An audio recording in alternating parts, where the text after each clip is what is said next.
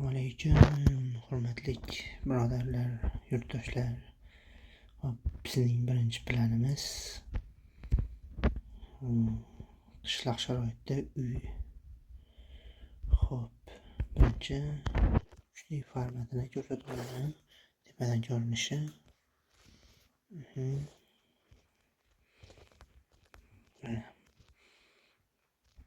Bu yer darvozaxona, bu yer garajimiz, bu yer garajimiz. Bu kirishda mehmonxona, bu yoshlarga yoki bir yoshi kattaroq ota-onalarga yotoqxona. Bu yer zeleniy zonalarimiz 3 ta joylashgan. Bu yerda.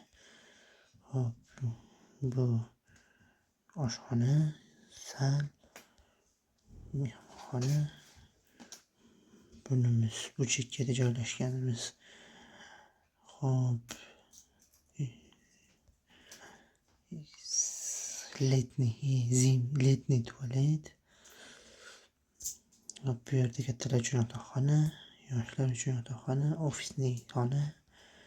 Endi shuni 3 degan variantini ko'rsataman. Hop, kirganimizda o'ng tomonli darvozamizdan kirganimizda darvozaxona. Ro'parasini biz panorama oyna qildik. Ayvon qilib ochiq qo'yishlari ham mumkin. Bu yer shu o'zbekona mehmonxona bo'ladi kiraverishda. Hop, mehmonxonadan o'tganingizda shu avval aytib o'tganimdek kattalar uchun yoshi kattaroq nimalar bo'lsa alohida yotoqxona. Garaj. Bu garajni kattalashtirib ikkita mashina sig'adigan qilib qo'ysa ham bo'ladi. Biz yana boshqacha bu yerda letniy tualet. Hop, zeleniy zonalarimiz 3 ta. Ko'rganingizdek, hakkancha bitta bu yerga ayvoncha qilib qo'yilgan.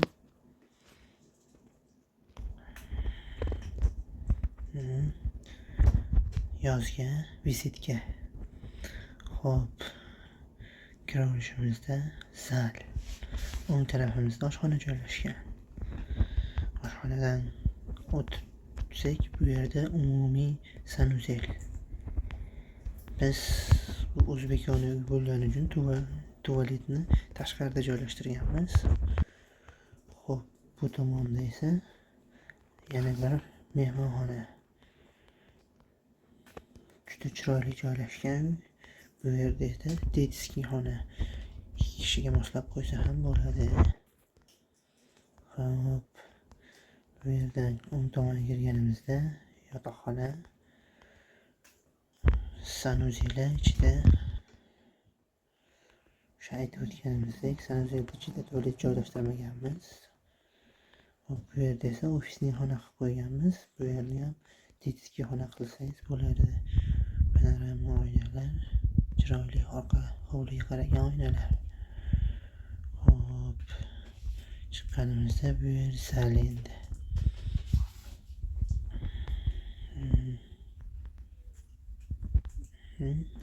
Yozgi tualet.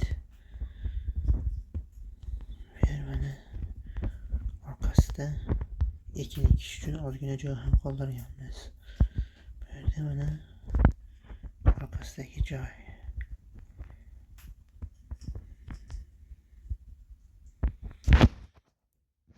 Hop, joy maydonimiz 25 metrga 21 metrga 25 ga 21 hududda joylashgan.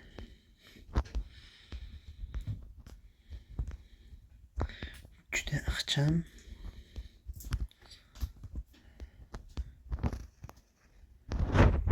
Qishloq sharoitiga mos uy. Like va komment esdan chiqmasin. Bundan zo'rlari hali oldinda. Bu birinchisi. Xatolar uchun oldindan uzr so'raymiz.